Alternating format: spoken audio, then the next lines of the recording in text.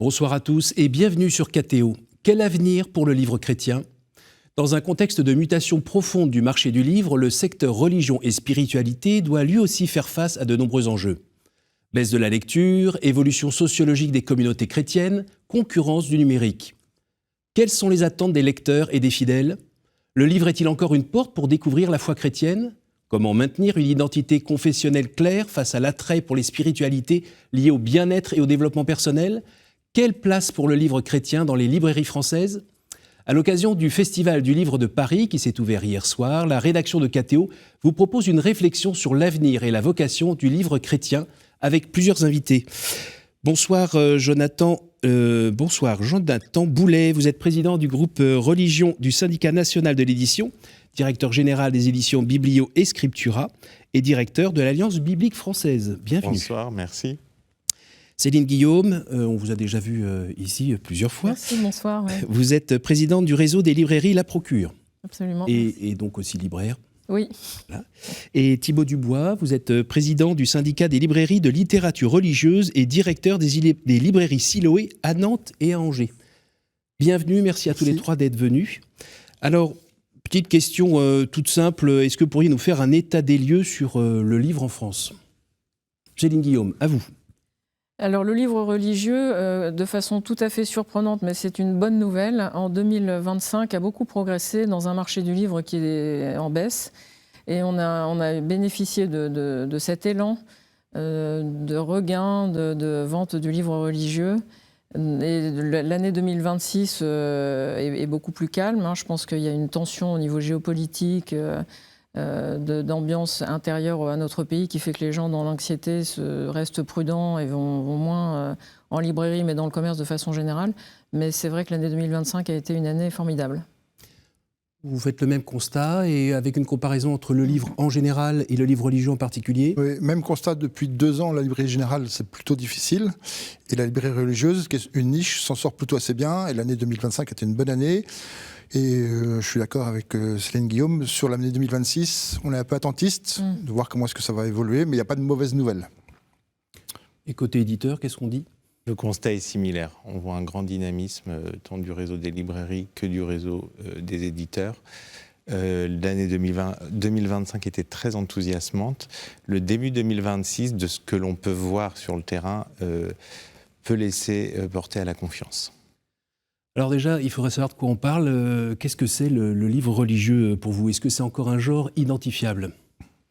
Alors c'est large le livre religieux, parce qu'en fait, il faut savoir, est-ce qu'on parle d'un auteur qui est religieux, au sens large, pas forcément un moine ou monial, mais religieux, et qui écrit un livre autre, un roman. Donc par exemple, chez les éditeurs, il y a des romans qui sont écrits par des gens pratiquants, mais on ne sait pas forcément qui le sont.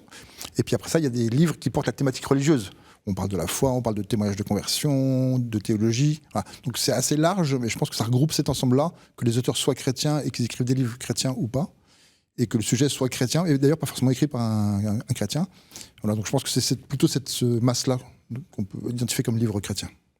Vous faites la même distinction ? Alors moi, quand je parle de religieux, je vais prendre toutes les grandes traditions monothéistes et éventuellement un peu de bouddhisme ou de choses comme ça. Et si par exemple, en comparaison, on va avoir sur le marché généraliste, eux vont intégrer parfois l'ésotérisme, mais ce qui est à mon avis une grande erreur. Généralement, si vous allez dans une librairie, le rayon religieux, et généralement, vous allez trouver principalement le christianisme du fait que nous soyons en France, mais un peu d'islam, un peu de judaïsme. Et puis après, dans les plus grandes librairies, ça va aller un peu plus loin. Mais mélanger ça avec l'ésotérisme, ce serait une erreur. Est-ce que vous faites une distinction entre spiritualité, témoignage, réimpression de textes anciens, au hasard Saint-Augustin, les confessions ? Alors voilà, vous citez de très bons livres qui ont eu un véritable succès en 2025 grâce à l'élection du pape Léon XIV. Le lendemain de son élection, à la Procure, on a vendu des dizaines d'ouvrages, enfin les confessions de Saint-Augustin.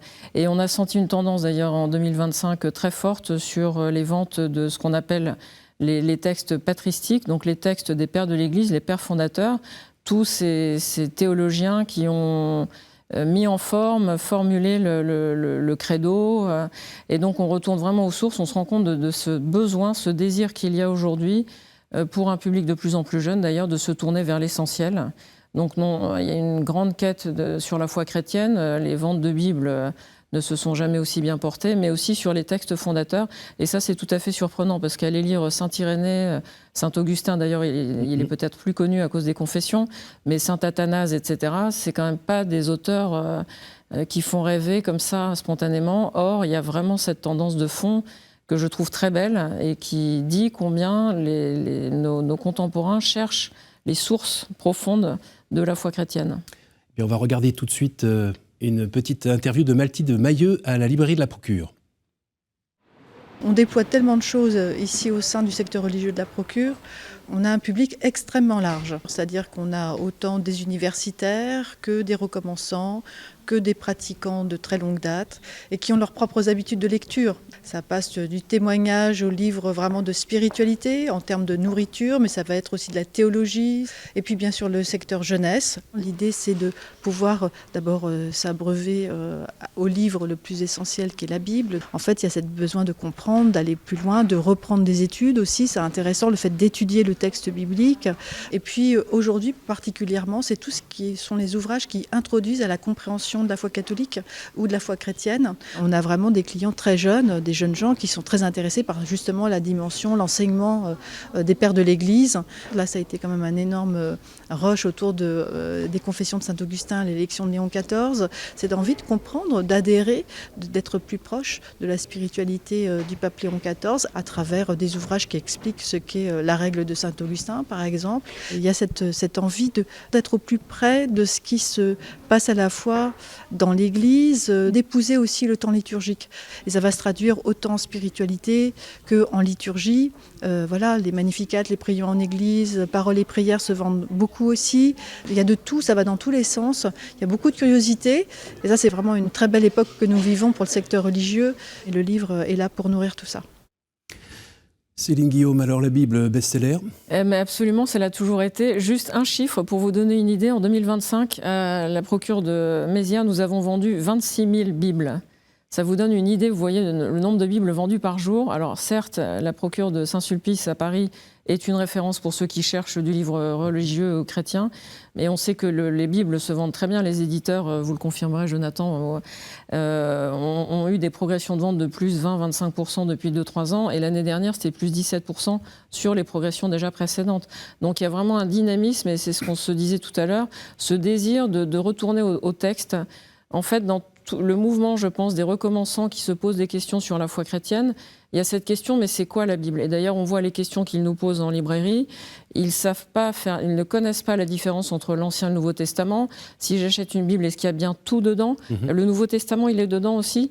Et donc, c'est intéressant de pouvoir les accompagner dans cette quête et de répondre surtout à leurs questionnements, de leur expliquer la question très classique aussi, c'est mais quand ils se retrouvent devant le rayon de nos Bibles, il y en a quand même une foultitude, mais quelle est la différence entre celle-ci et celle-là ? Alors ça, c'est peut-être plus Jonathan qui peut nous expliquer la différence dans toutes ces Bibles qui sont proposées, et est-ce que c'est nécessaire d'en avoir autant même ? C'est essentiel parce qu'en fait, il y a des niveaux de langage, il y a différents canons, il y a différentes manières d'étudier la Bible, et donc du fait des spécificités des publics, il est essentiel d'avoir des propositions diversifiées pour répondre à tous les besoins. Alors, on parle de livres, c'est bien, mais qui lit ces livres ? Vous savez à peu près qui lit ces livres ? Est-ce que ce sont des catholiques convaincus, des chrétiens convaincus, ou bien c'est monsieur et madame tout le monde qui se posent des questions sur la vie, sur la mort En fait, je reprendrai le mot de la libraire de la Procure, c'est tout le monde. Il y a un public très large, ça va de la personne âgée aux plus jeunes, et dans le public, il y a des pratiquants, des non-pratiquants, des recommençants, des finissants, et c'est tous les jours des personnages différents. Un monsieur qui vient à la librairie, qui vient demander un parcours de catéchèse et une Bible, et moi je dis c'est pour une confirmation d'un jeune, et il dit non, c'est pour moi, ça fait 4-5 ans que je suis à la retraite, et je suis passé à côté de l'essentiel. Donc c'est pour vous dire que le public est très très large, toutes origines, des gens de passage, des gens qui cherchent. Comme vous disiez, la Bible, ils ne savent pas trop. Et en fait, ils disent je suis chrétien, qu'est-ce qui me définit comme chrétien ? Il me faut une Bible. Voilà. Et ils arrivent un peu comme ça à la découverte. Donc, c'est un public très large. Et vraiment, vous avez tous les styles, tous les âges, toutes les origines. Il n'y a pas vraiment de définition de public. C'est très complet.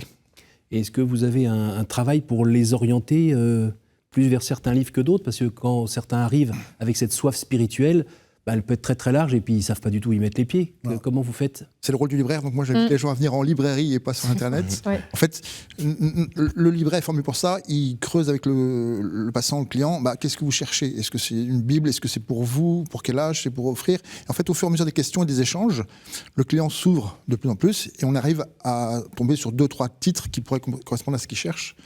Donc ça, c'est vraiment le conseil libraire que vous trouverez nulle part ailleurs qu'en librairie. On peut aller jusqu'à une mission d'évangélisation Alors, on n'est pas payé pour ça, mais de fait, c'est le cas, parce que les gens viennent avec des questions, en disant je recommence, j'ai perdu ma grand-mère, je me pose des questions sur la vie, la mort. Donc, ça, c'est le début d'une espèce d'apostolat, qui est une réponse qu'on apporte avec nos moyens. Après, on peut les réorienter vers un prêtre, un pasteur, une église, peu importe. Mais il y a toujours des questions comme ça qui creusent. Un client qui me dit voilà, mon épouse, elle est un peu trop comme ça, est-ce que je peux avoir un livre qui la choque pas, mais qui la fasse évoluer? Donc c'est à nous, même chose, de trouver le livre qui peut correspondre à ce qu'elle veut. Et donc ça, c'est vraiment un échange libraire-client, on essaie de trouver au mieux, mais souvent ça marche. Même défi? Ah oui, absolument. Je dirais, on est vraiment dans un métier de transmission. Transmission des savoirs, quand on est dans littérature générale, en sciences humaines, etc. Et puis transmission de la foi, très clairement, dans le domaine religieux. Et c'est vrai que quand un client arrive, je pense que notre première mission, c'est de l'écouter pour comprendre ses besoins, son attente. Parce que si on ne lui vend pas le bon livre, ou pas celui qui correspond à son besoin du moment, il va être déçu, il risque d'en rester là. Sur les demandes de Bible, il y a tellement de traductions différentes qu'il faut comprendre si c'est pour eux ou pas. Et puis là où ils en sont aussi dans leur démarche, moi j'avoue, quelqu'un qui ne connaît pas du tout la Bible, quand on leur montre une Bible, c'est impressionnant, une Bible, c'est énorme. Et donc en fonction de l'âge, etc., on avance avec eux. Et puis pourquoi pas leur dire, il y a le Nouveau Testament, l'essentiel est quand même là. Donc vous pouvez peut-être pour leur faire moins peur. Et puis après, en fonction aussi des plus jeunes, moi j'aime beaucoup les petites versions où il n'y a qu'un seul évangile, un évangile à la fois, en leur disant pour commencer, parce qu'il y en a qui ont peur de se lancer dans un ouvrage de cette taille, ça peut être aussi une piste. Donc c'est vraiment passionnant et on a de quoi répondre à toutes les attentes. Et alors comment vous faites de votre côté pour justement sentir ces différentes attentes et limite, j'ai envie de dire, inviter les éditeurs à avoir des portes d'entrée différentes qui mènent toutes vers la même source? Alors, il n'y a pas de science exacte, mais on va définir les besoins. Il y a des gens qui veulent nourrir leur foi, il y a des publics qui veulent comprendre le monde qui les entoure. Et donc, on a une responsabilité d'aller chercher des auteurs. Alors, si c'est la Bible, par exemple, il existe différentes traductions. Si je prends, par exemple, la traduction œcuménique de la Bible, actuellement, il y a une révision en cours. Là, vous avez 100 personnes de toutes les grandes églises chrétiennes qui se rassemblent et qui œuvrent ensemble pour retrouver les bons mots, parce qu'il y a des évolutions de langage, il y a les livres deutérocanoniques orthodoxes qui ont été intégrés. Et donc, en fait, comme les besoins évoluent, l'idée, c'est de continuer d'évoluer avec des propositions intelligentes et intelligibles. Il y a des propositions, bien sûr, pour le public, des neuvaines, des choses comme ça, là, qui sont vraiment pour la communauté. Et puis, il y a des textes pour accompagner la foi, mais aussi pour aider à comprendre le monde, là, qui peuvent être intelligibles du grand public, c'est-à-dire des gens qui sont extérieurs à nos communautés. Est-ce que je peux ajouter quelque chose au sujet des Bibles, puisqu'on est encore sur le sujet? C'est que malgré ce que l'on pourrait percevoir, la Bible compte beaucoup dans l'éducation de la foi, enfin dans cette transmission. Et pour autant, le christianisme n'est pas une religion du livre. Nous sommes une religion de la parole. Et je crois que c'est très important de le dire, parce que quand les clients viennent en disant « mais il y a tellement de Bibles, quelle est la vraie traduction? Quelle est la bonne traduction ?» Mais en fait, il n'y en a pas une vraie ou une bonne. Et justement, ce qui nous libère d'être enfermés dans un texte qui n'aurait qu'une version unique, c'est parce que nous croyons au Verbe. La parole de Dieu, et c'est quelqu'un. Et donc la Bible, c'est la parole de Dieu qui est vivante, et donc qui évolue dans sa façon de formuler les choses, en fonction aussi des recherches qui sont faites. Je pense notamment à l'école biblique de Jérusalem, qui est quand même très reconnue. Voilà, exactement. Donc voilà, c'est important de se rappeler que la Bible, la foi chrétienne est une foi de la parole, et non pas du livre. Alors, je suis un peu surpris, parce que quand je vous entends, on a l'impression que tout va bien. On a limite l'impression d'être dans un pays de chrétiens, avec plein de gens qui se ruent dès l'ouverture des portes de la Procure ou de Siloé pour acheter des livres chrétiens. Je croyais qu'on était autour de 4% de messalisants, limite 10% de catholiques pratiquants. Est-ce qu'on n'est pas juste en train, entre nous, de dire que tout va bien, parce qu'on a vu aussi beaucoup de baptisés aux dernières messes de Pâques. Est-ce que c'est réel, ce réveil ? Alors, je pense qu'il y a plusieurs choses. Il y a, dans les libraires ou les éditeurs religieux, il y a un vrai dynamisme et on fait ça par conviction. Ce n'est pas un métier qu'on fait pour aller au sport d'hiver tous les ans. C'est vraiment un métier de conviction. Je pense que ça se ressort un peu dans nos propos. Mais c'est vrai que ça a été difficile. Il y a 15 ans, un exemple, à Rennes, il y avait 4 librairies religieuses. Aujourd'hui, il n'y en a plus qu'une seule. De fait, il y a une difficulté, le catéchisme se vend moins, il y a une vraie difficulté du livre et du livre religieux en particulier, mais depuis quelques années, il y a une espèce de sursaut ou de réapprovisionnement. Il y a une nouvelle génération de libraires et d'éditeurs aussi, qui arrivent avec des goûts différents, avec une force différente. Et donc je pense que ça se ressent, mais ça reste un petit marché, c'est une librairie parmi tant d'autres. Mais celles qui sont là sont un petit peu des portes ouvertes sur l'espoir ou l'espérance. Et de fait, c'est vrai, et on a des gens très différents, ce qui fait aussi la beauté de ce métier. Alors, en général, quand dans un marché, il y a des petites niches qui se portent mieux, il y a d'autres acteurs qui arrivent et qui proposent aussi des produits qui ont l'air, la couleur, l'odeur, mais qui ne sont pas complètement. Comment on fait quand on a des gros éditeurs qui proposent de la spiritualité, du développement personnel, pas loin des valeurs chrétiennes, mais en fait, ce n'est pas tout à fait ça. Qu'est-ce que vous faites pour continuer à placer ce que vous avez à placer? Comme vous l'avez dit, il y avait un sursaut, enfin il y a un sursaut actuellement, et ce que l'on voit, c'est tant du point de vue des libraires que du point de vue des éditeurs, une grande créativité, un grand dynamisme, c'est-à-dire que les formats vont évoluer, les textes proposés, les manières d'aborder, les couleurs, les couvertures. Si vous prenez, si vous rentriez dans une librairie religieuse il y a 10 ans et aujourd'hui, c'est beaucoup plus coloré ou beaucoup plus classique, mais en tout cas, on voit il y a eu un énorme élan de professionnalisme, et donc bien sûr qu'il y a des grands acteurs qui arrivent. La force des petites maisons, c'est d'être très proche des gens, d'être très flexible et de s'adapter très vite.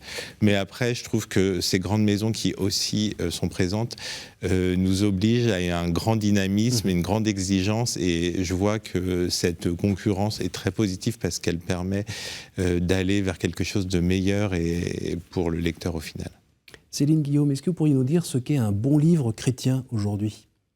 Ça dépendra du client et de sa recherche. Donc, on le disait tout à l'heure, les gens aujourd'hui cherchent surtout des livres de fond. Vous parliez des couleurs et de la présentation des livres. Je pense à un livre, Mémoire de Sainte-Thérèse de Lisieux, Histoire d'une âme. Les éditions du Cerf, de façon très audacieuse, ont ressorti ce texte qui n'est pas d'hier, qui est vraiment un texte de fond, avec une couverture un peu style romance. Rose avec un jaspage sur la tranche, avec des roses, etc. Doré. Très moderne, très audacieux. J'avoue, quand je l'ai vu, je me suis dit là, quand même, c'est osé de leur part. Et en fait, on le vend bien. Et ce qui est intéressant, c'est que cette version, donc on n'est que sur la présentation, vraiment sur la forme de présentation du texte, ne fait pas concurrence aux autres versions beaucoup plus classiques, avec juste une petite photo de Sainte-Thérèse, couverture blanche, etc. Et donc, cette évolution aussi est... Je vous confie que je me suis laissé attraper. Voilà. Donc... J'ai d'abord apprécié l'objet, oui. Je l'ai trouvé différent, et ça m'a donné enfin envie d'aller me plonger plus que 3 pages dans l'aventure de Sainte-Thérèse. Qu'est-ce que vous diriez ? Alors, un bon livre chrétien, c'est pas facile, parce que je pense que c'est le livre de chaque personne qui trouve son livre.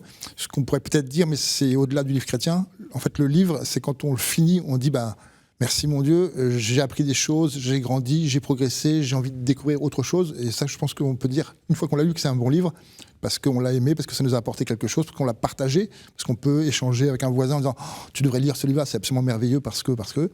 Et donc chacun aura une approche. Donc je pense que le bon livre chrétien, c'est celui qui nous a fait grandir et qui nous a enrichi. Vous pensez qu'un livre, un bon livre, ça peut changer une vie ? Ah oui. Ah oui. Ah oui. Clairement. Ça vous est arrivé ? En fait, à moi personnellement, oui et non. En fait, ça arrive, on progresse dans la foi et même dans notre vie et le regard sur l'autre.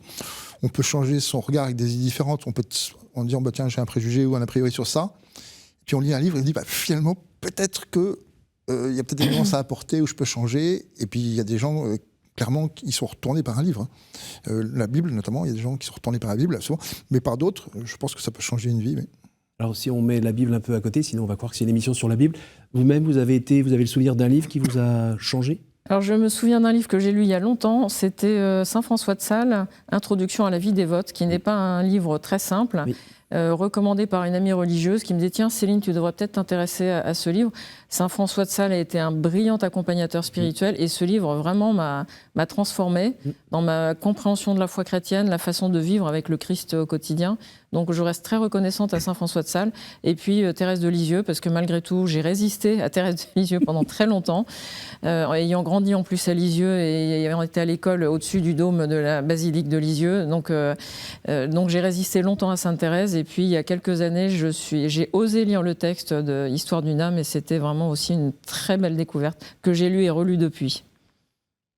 Et pour ma part, je dirais tous les ouvrages de Marion Muller-Collard, un des récents, Croire qu'est-ce que ça change, mais je dirais aussi les ouvrages d'Etty Hillesum, ou les mémoires d'Etty Hillesum, qui pour moi sont un essentiel à lire. Les retours des clients, des lecteurs, est-ce que eux aussi, ils reviennent vous voir après en vous disant ce que vous aviez conseillé, ce livre-là ou celui-là, ça a été vraiment quelque chose pour eux et après à vous de les inviter à monter la marche au-dessus? Pour rebondir sur La vie dévote, un jeune de banlieue, casquette, cheveux longs, basket, qui rentre à la librairie, la vingtaine d'années, il fait un petit tour, et puis je vais le voir au bout de 5 minutes, bonjour monsieur, est-ce que je peux vous renseigner? Il me dit, ah oui, j'ai acheté un livre chez vous, c'était génial, je voudrais le même ou le même jour. Je dis, ah, c'était quoi votre livre? Et il avait acheté La vie dévote, qu'il avait dévoré à 24 ans, et donc voilà. Donc il faut lire des bons livres. Alors, certains se demandent aussi pourquoi il y a autant d'éditeurs religieux. Est-ce que, donc, on parlait tout à l'heure de cette concurrence qui aidait, mais en vrai, c'est pas toujours évident pour elle de joindre les deux bouts. Donc, il y a aussi la concurrence d'autres supports. On voit bien sur Internet tout ce qui est même formation. Comment vous arrivez à tirer votre épingle du jeu avec ce support que certains qualifient d'antédiluvien quand tout le monde a un téléphone greffé dans la main ou un ordinateur à la maison? Ce qui est intéressant, c'est de voir justement combien, finalement, de façon surprenante, les influenceurs, et il y en a quand même quelques-uns aujourd'hui, dans les réseaux sociaux, sur le numérique, etc., conduisent au livre.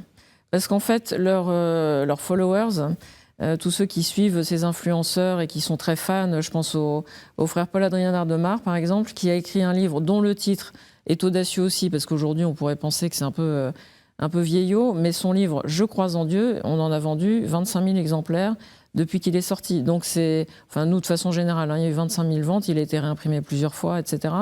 Et donc on voit, et c'est un influenceur, il passe son temps sur les réseaux sociaux.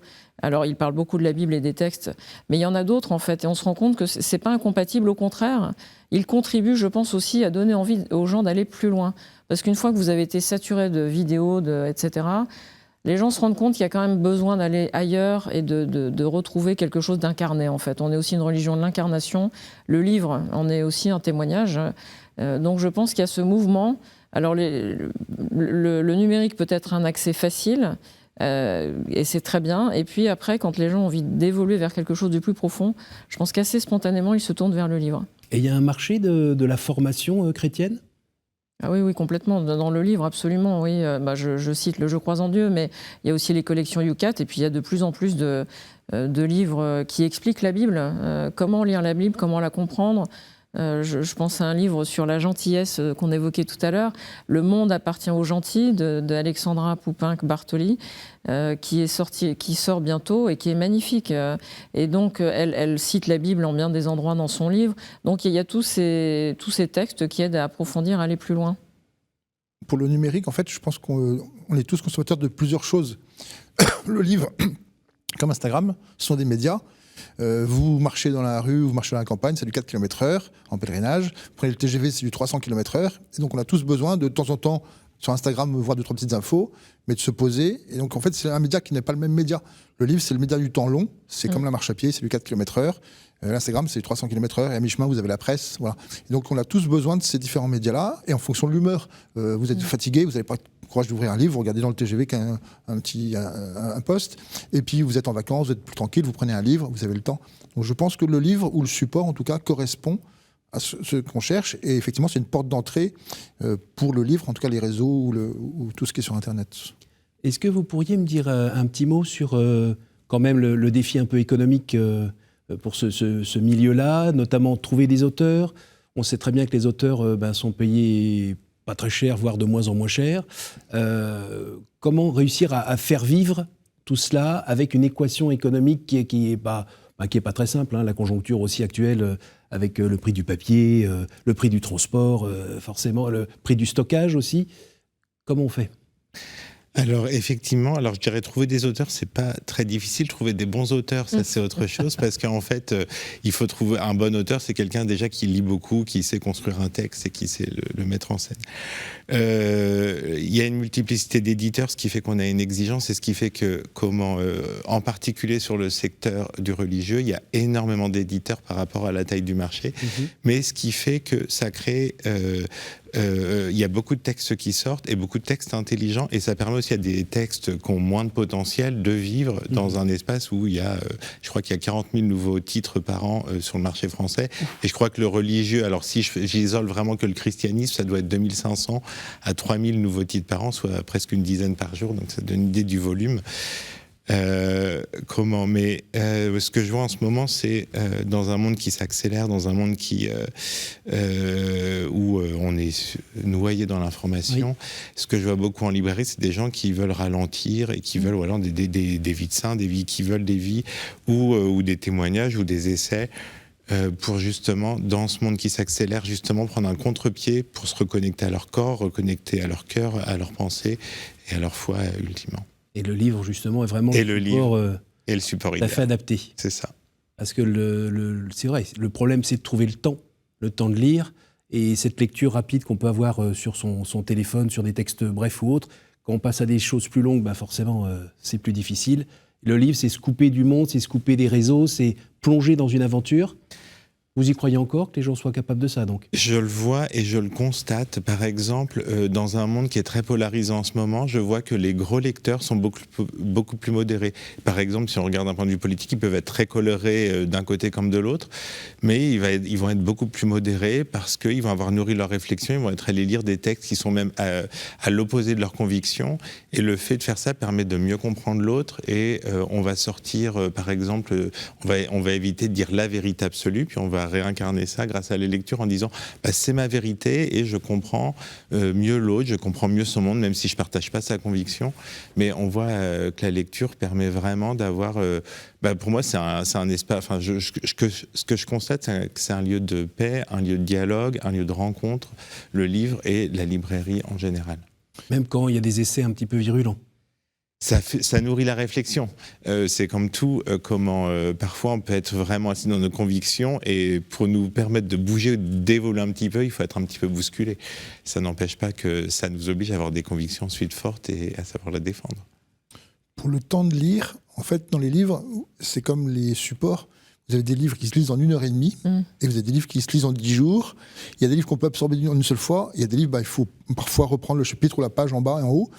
Et donc, les lecteurs, souvent, ils ont plusieurs livres en cours. Moi, je suis le premier, j'ai plusieurs livres. Il y a des livres que je lis un, et puis il y a un soir, je ne suis pas d'humeur à lire un livre, et bien j'en lis un autre. Et donc, on n'est pas obligé de le lire d'une traite. Et donc, on trouve tous 20 minutes pour lire, un quart d'heure, une demi-heure ou 1h30 pour lire. Ça, c'est facile à faire, et on est content de l'avoir fait. Il y avait le pape François qui avait dit une petite phrase à un moment sur le fait de temps en temps prendre un bon livre, même un roman ou autre, mais pour... couper, respirer et revivre normalement, en fait. Mais on commence à l'entendre d'ailleurs chez certains jeunes, et ça apporte beaucoup à l'espérance, c'est que des jeunes viennent maintenant parfois en librairie en disant « j'ai besoin de faire un break des écrans, donc j'achète un livre, je veux faire une pause ». Bon, voilà, ça dit beaucoup de cet attachement au livre qui revient. Alors en même temps, il ne faut pas non plus négliger le fait que notre métier de libraire est compliqué, c'est pas tout rose du tout, mais je trouve que ce sont des petits signes qui nous encourage d'abord à poursuivre notre mission de libraire. Quand on se dit, les gens commencent à se rendre compte que les écrans, en fait, ils saturent complètement, et que le lieu facile d'accès où ils peuvent trouver ce moment de paix, de recul, de repos, c'est dans le livre, c'est formidable quand même. Est-ce que vous pourriez me dire un mot sur l'effort qui est fait justement dans la fabrication des livres pour être justement aussi séduisant dans un monde où c'est quand même vraiment l'œil qui est attiré par les produits et qui est sollicité de toutes parts? Comment on fait dans les bouquins pour... Je peux parler de mon expérience. Je passe mon temps en librairie à regarder un peu tout ce qui se fait. Je voyage beaucoup. Je vais voir ce que les libraires proposent, les imprimeurs, métier, je voulais dire. Comment on regarde les nouveaux matériaux, les nouveaux procédés de fabrication. Et ensuite, on essaie de... Parce que comment il y a un enjeu, c'est qu'on a en ce moment une clientèle qui souhaite beaucoup d'ouvrages, en particulier fabriqués en Europe. Oui. Quand on n'a pas forcément les outils de production, donc là, on doit faire des compromis. On sait qu'il y a un bon savoir-faire autour du cuir en Italie. Oui. On sait qu'il y a un bon savoir-faire au niveau de la reliure aux Pays-Bas. On sait que chaque pays a ses spécificités et son savoir-faire. Et on essaie de regarder tout ça, de voir les nouvelles tendances pour réussir à avoir des nouveaux outils. Mais là, en ce moment, par exemple, on voit beaucoup de livres avec du fer adoré qui arrive. Oui. Et puis, bien sûr, le jaspage, c'est-à-dire ces nouvelles tranches qui sont colorées avec un peu d'illustration florale ou autre. Et alors, l'équilibre économique, on fait comment ? C'est un défi. Il faut augmenter les tirages. Il faut être en capacité de pouvoir produire pour plusieurs années. Habituellement, le livre, on va produire pour 8, 10, 12, 16 mois. La Bible, c'est un peu plus long, ça va être 3 ans parce que c'est assez coûteux. Là, c'est un vrai défi. Et ce qui nous oblige à parfois peut-être réduire le nombre de propositions, mais qu'elles soient plus qualitatives, plus travaillées. Pour l'instant, sur le marché du religieux. Et donc un peu plus cher. Et un peu plus cher. Mais malgré tout, étant donné que les moyens des gens n'augmentent pas, on est toujours dans un devoir de faire un ouvrage qui en soi coûte assez cher à produire, de le proposer le moins cher possible. Et donc, on doit miser sur la quantité. Et pour être honnête, en général, sur un catalogue d'éditeurs, il y a 25 à 30% du catalogue qui finance les 70%. Oui, c'est autres. ça. Ça fait partie du jeu. Donc, on est avec, entre guillemets, ce qu'on appelle les vaches à lait. C'est ça. Comme dans la bande dessinée, qui permet de financer plein de nouveaux essais qui vont plus ou moins marcher. Parce que la recette du bon livre... Vous ne l'avez pas, hein ? Non. Il y a une chose qui est très agréable pour les libraires et je pense pour les lecteurs aussi, c'est que la professionnalisation des éditeurs religieux font qu'on a des produits de qualité à vendre. C'est bien sur la forme, on parlait des couvertures avec des dessins sur les tranches. La Bible, on a des couvertures très sobres, noires avec des lettres dorées, jusqu'à des Bibles avec des paillettes dessus, fermeture éclair ou en blue jean. Donc il y a un large panel, donc ça c'est un choix et ça fait des beaux objets. Même chose, il s'améliore sur le contenu. Et c'est vrai qu'on est très sensible au visuel, à la qualité du papier et autres. Et ce que je veux dire sur l'économie du livre, c'est qu'en fait, c'est un métier qui est difficile parce que vous allez de l'auteur jusqu'au libraire et que là-dedans, vous avez une quinzaine de métiers, ils sont tous indispensables. Le traducteur, le correcteur, l'éditeur, le commerçant, le libraire, le transporteur, et en fait, l'illustrateur, celui qui fait la couverture, tous ces métiers-là sont indispensables à la production d'un bon livre. Et donc, les livres ne sont pas très chers. Je crois que le prix moyen en France du livre, ça doit être 15 €, un truc comme ça. Et donc, il faut qu'à 15 €, tout le monde ait un petit peu de centimes. Et c'est pour ça que c'est un métier, l'économie fragile, mais avec des lecteurs, des libraires, des éditeurs. Ça Alors, vous parlez de chiffres, on va en parler 2 minutes. Un livre chrétien qui marche, c'est combien d'exemplaires ? Alors, ça va dépendre des maisons. Ouais, alors pour le chrétien, je ne sais pas, mais pour le livre en France en général, 80% des livres font moins de 2000 exemplaires. 80% des livres, moins de 2000 exemplaires. Et un best-seller, c'est à partir de 5000 ? Oui, en fait, ils n'ont pas tous les mêmes critères. D'accord. Voilà. Mais donc, vous vous rendez compte, il y a 80% des livres, c'est moins de 2000 exemplaires, sachant que Astérix, c'est 5 millions d'exemplaires. Donc, ça veut dire qu'il y a des livres qui sont vendus à 30 exemplaires. Oui. C'est ça. Et quand on imprime combien d'exemplaires en général, en moyenne ? C'est 1500, 2000, 3000 ? 1500 à 2000, c'est une bonne moyenne. D'accord. Pour les éditeurs religieux. Et donc, pour un éditeur religieux avec un auteur qui n'est pas connu et qui vend 1000 exemplaires, c'est champagne ? C'est ça. Ou mousseux ? Ça, c'est pour un essai. Bon, on va quand même sortir le champagne. D'accord.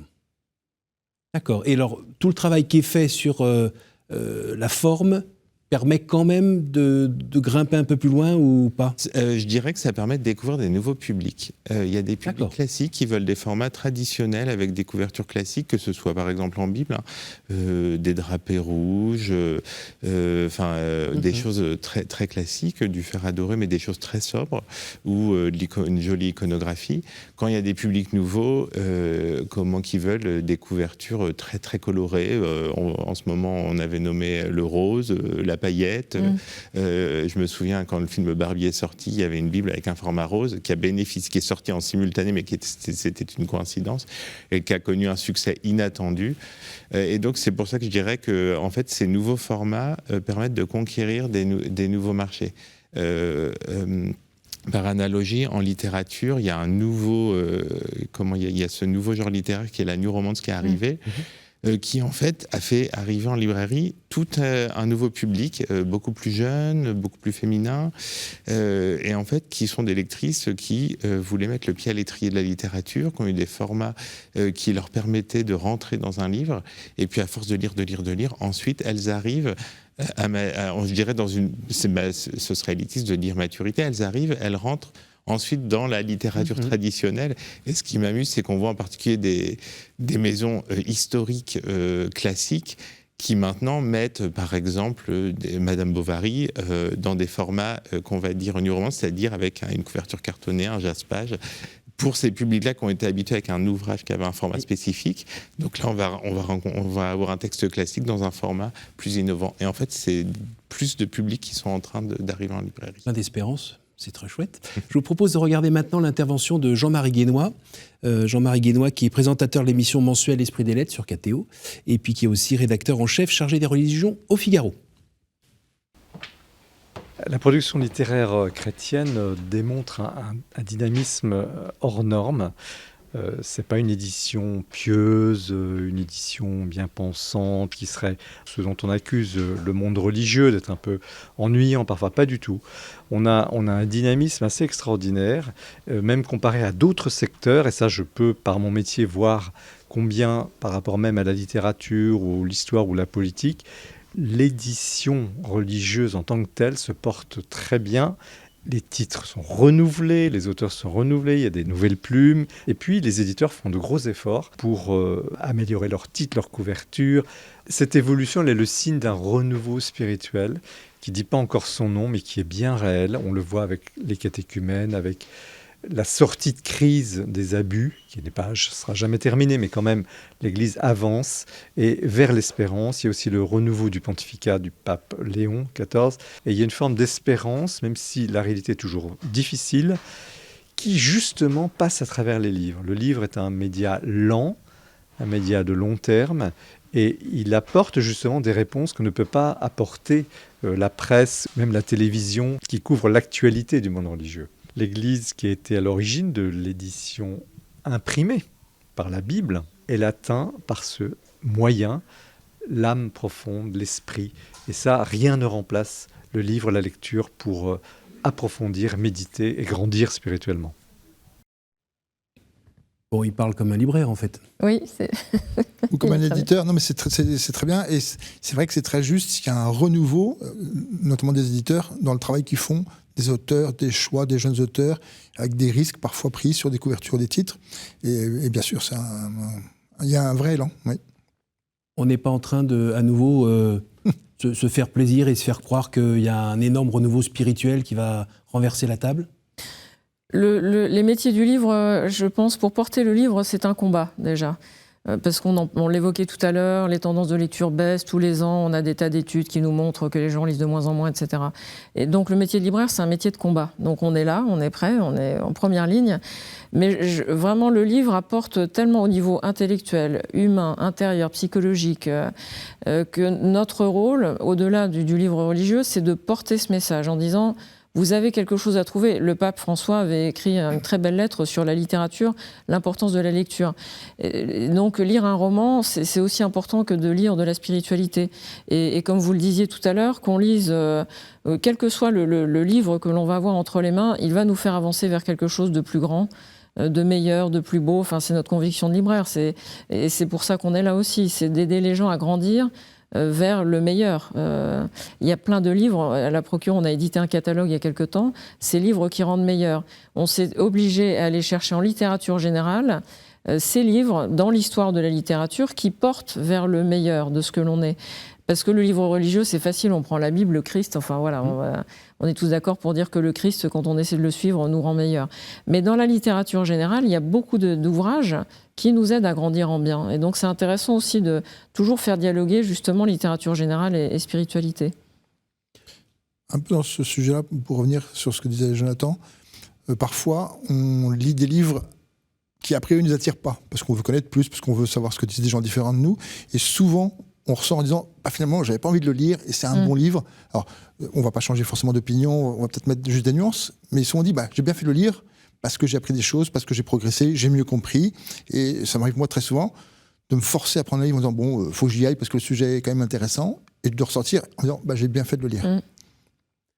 Votre métier, c'est un métier de long terme, c'est-à-dire faut lancer. À un moment, on lance quelque chose, on sent quelque chose, puis ça sort 2 ans, 3 ans, 10 ans après. C'est un petit peu ça ? C'est un métier du temps long. Oui. Il y a des textes, par exemple, alors la traduction de la Bible, c'est 10 ans une complète, une révision, c'est 5 ans. Un ouvrage jeunesse, ça va être 2-3 ans, et puis un essai, ça peut être plus rapide s'il est bien écrit. Si le texte à l'origine est bien écrit, sinon il y a un gros travail d'édition pour le réécrire. Mais effectivement, c'est un métier où on investit toutes nos tripes. Généralement, si on travaille dans l'édition, ou en librairie d'ailleurs, c'est parce que, et en librairie religieuse, il y a 2 choses. Il y a la passion du livre, on en a bénéficié, on a grandi avec des textes qui nous ont nourris et qui nous ont fait avancer.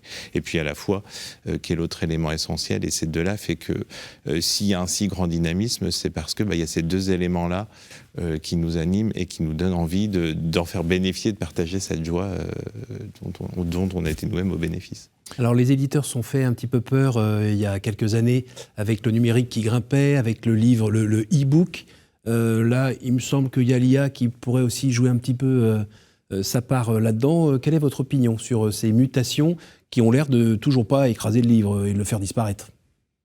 Alors je dirais sur l'IA, il y a un enjeu énorme pour les éditeurs qui craignent les auteurs qui vont arriver avec un texte qu'ils n'auront pas produit eux-mêmes. Donc ça, je pense que c'est un vrai sujet pour les éditeurs.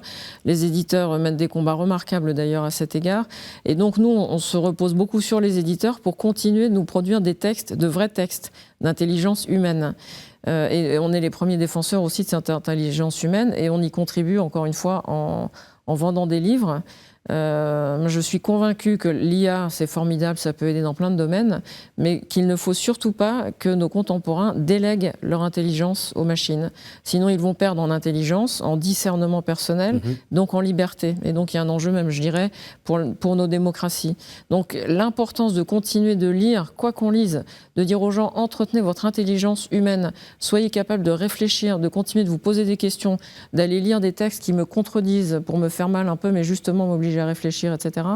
Et donc, l'IA, c'est un très bel outil, mais surtout, notre rôle de libraire, c'est de donner le goût du livre et de l'intelligence toujours. Et quand je dis intelligence, c'est l'intelligence au sens très large. On peut tout à fait trouver de l'intelligence dans des textes plus abordables, faciles. C'est pas forcément des textes universitaires, mais c'est l'intelligence, là, ce qu'il y a dans notre tête du moment qu'on l'entretient, qu'on la fait travailler, on est en bonne voie et puis l'espérance reste. On pense notamment, je sais pas moi, à la production de travaux de théologie, par exemple. Ça, elle peut peut-être inventer des choses, enfin pas inventer, associer des éléments pour produire quelque chose, mais c'est du ressort encore de l'homme, d'après ce que j'ai compris. Actuellement, c'est un vrai sujet. Par exemple, si vous regardez sur les grandes plateformes de vente en ligne, il y a un nombre de textes dans le top 100 des meilleures ventes générées par IA. Là, il y a certains mois, on est passé de 5 à 10% des meilleures ventes de textes générés par IA. Alors certes, il y a l'effet nouveauté, et parce qu'une fois que donc c'est pas appelé, je pense, à tenir, mais il y a quand même tiens, les gens sont laissés surprendre, ils ont acheté ce texte sans savoir que, parce que c'était dans les meilleures ventes, ils l'ont acheté. Bon, après, un gros lecteur, pour le moment, il se rend compte que c'est généré par IA parce que généralement, c'est comme un peu quand on mange une pomme de terre ou quand on fait de la purée, l'IA, ça va être un peu très mixé, très, très moelleux, très rond. Il y a peu de relief et on le sent. Enfin, quelqu'un qui est habitué à lire va voir un texte généré par IA, on sent du fait des tournures de phrases, on voit qu'il y a un standard qui est tellement lisse qu'on voit bien que l'anomalie, que c'est pas un humain. Là où pour moi il y a un énorme enjeu, par exemple, c'est en fait dans le choix des mots. Un mot, et en particulier ayant une spécialité pour la Bible, dans l'édition de la Bible, on a fait des tests parce que en fait on regarde par exemple pour traduire dans des langues vernaculaires où il y a des populations qui aimeraient avoir le texte dans leur langue maternelle, on aimerait utiliser l'IA.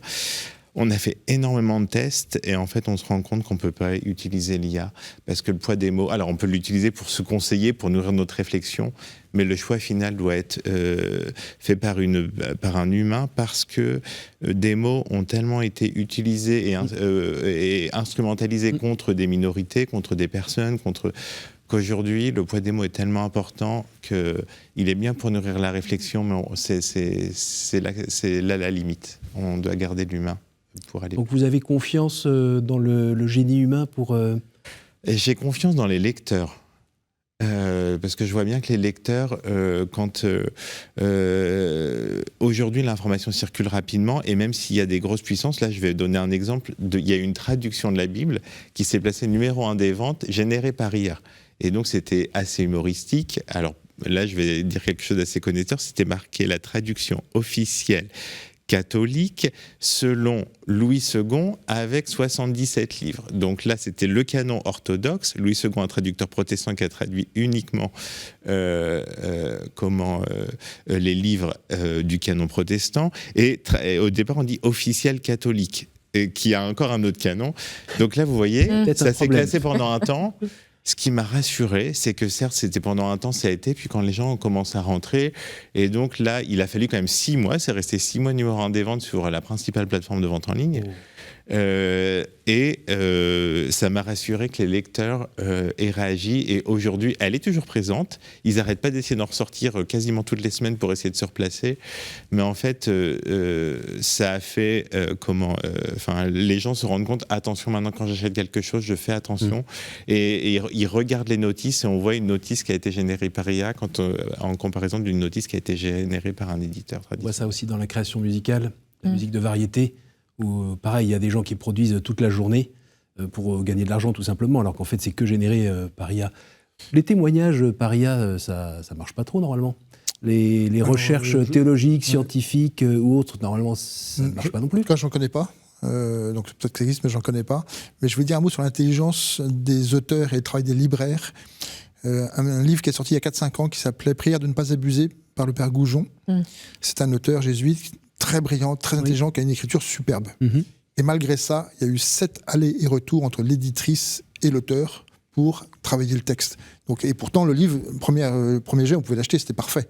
Non, il y a eu, parce que les deux ont travaillé, il y a l'intelligence, et c'est un petit livre qui se lit rapidement, 160 pages, mais il y a eu 7 allers-retours de travail, de relecture de l'un et de l'autre. Et j'ai trouvé ça incroyable pour un auteur qui était déjà très brillant. Moi, je crois à l'intelligence humaine et aux échanges entre éditeurs, et le travail de l'éditeur et les auteurs. Bon, alors le correcteur orthographique peut-être par l'IA. Peut-être. Mais encore, c'est pas sûr.